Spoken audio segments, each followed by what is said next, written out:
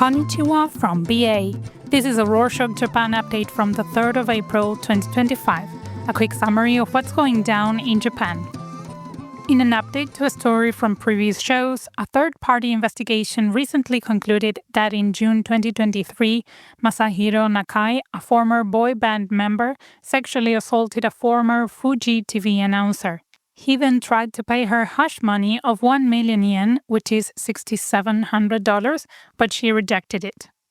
The investigation criticized Fuji TV executives, saying they didn't understand sexual violence at all and didn't do anything to help victims. They also found a lot of sexual harassment going on in the company.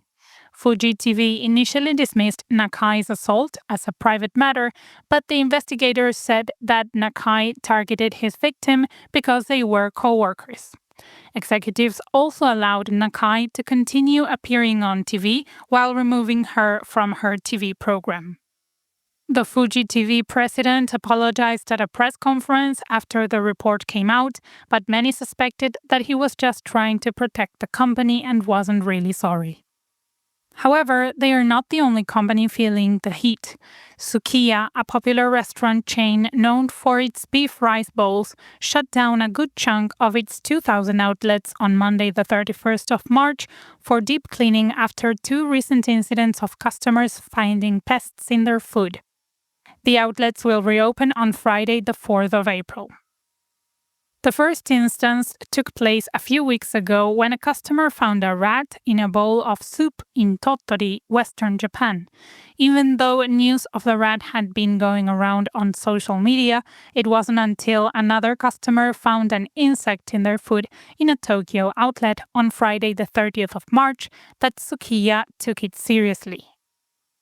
Sukiya apologized for the incidents and said they'd implement stricter hygiene measures. The company's stock dropped after confirming the rat incident. Next up, a revised law came into effect on Tuesday the 1st of April to combat online defamation. The revised law says that social media platforms have to make it easier for people to report defamatory posts and comments. It also said platforms must delete reported content within a set time frame, giving the content's user a chance to dispute the report.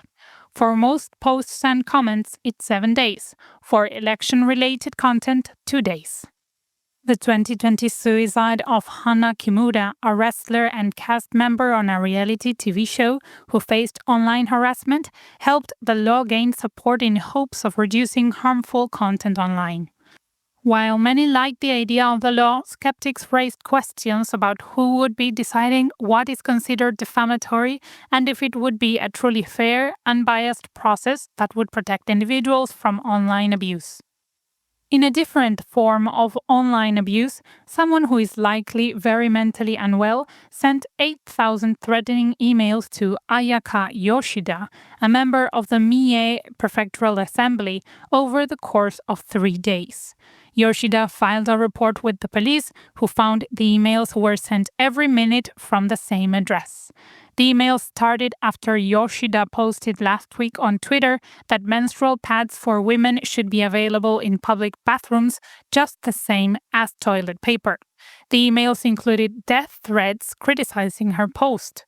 Reactions to this mostly included insults to the sender, accusing him of misogyny, being a bigoted extremist, and never having met a woman before. In international news, the US said that it would impose 24% reciprocal tariffs on Japan.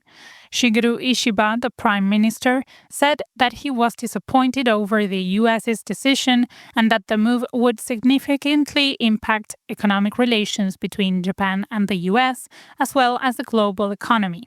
However, he remains open to meeting with Donald Trump, the US president, to talk it over. But it's not the only international story. Japan has sent 32 medical workers, including doctors and nurses, to Myanmar on Wednesday, the 2nd of April. This was done as part of its emergency aid following a devastating 7.7 magnitude earthquake that struck central Myanmar last week, killing over 2,700 people. 2 Japanese nationals were also injured and 1 is still missing. Before this, Japan sent 240 tarpaulin sheets and 450 tents. It also plans to send additional relief supplies, including hygiene kits and water purifiers. Takeshi Iwaya, the foreign minister, said Japan is committed to humanitarian support. If only there was more humanitarian support in Japan's detention centers.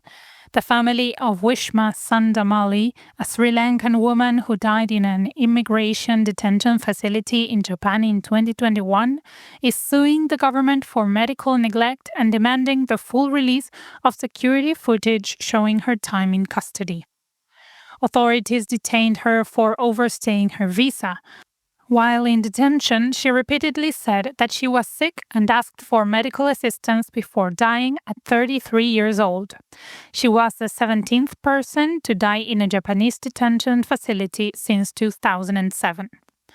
Officials have only released 5 hours of footage, despite having a total of 295, saying that they can't release any more because of security concerns. Meanwhile, interest is dropping in the Osaka Expo now that Japan Airlines will no longer be making a demo flight showcasing its new air taxi. However, 3 other operators, including ANA Holdings, owner of all Nippon Airlines, still plan to have their own air taxi demo flights. At first, these companies were thinking of offering commercial air taxi services at the expo, but switched to demonstrations because there were so many delays in aircraft development and safety certification. The online response to this news was a mixture of disappointment and sarcasm, as it seems to be just another failure added to the pile leading up to the Osaka Expo, which is set to start on the 13th of April. Shifting gears, the Cultural Affairs Agency plans to recognize chefs, brewers of traditional rice wine, specifically Toji sake, and other food artisans as living national treasures. Previously, this status was only given to performing artists and masters of craft techniques. The agency will make this change in early fiscal 2025 and introduce a new category called Life Culture to preserve valuable food-related skills. This follows a 2021 legal revision allowing food traditions like traditional sake brewing and Kyoto cuisine to be registered as intangible cultural assets. UNESCO's naming of sake brewing as an intangible cultural heritage last year also likely influenced this decision. In science, Japanese researchers from Kyoto and Nagoya universities have figured out how cancer cells spread, a discovery that could lead to new treatments. Their study found that inside a tumor, immune cells called neutrophils gather and release hydrogen peroxide, which in turn creates hotspots. When cancer cells detect a hotspot, they detach from where they are and try to get away, moving to another part of the body, which ends up with the cancer spreading.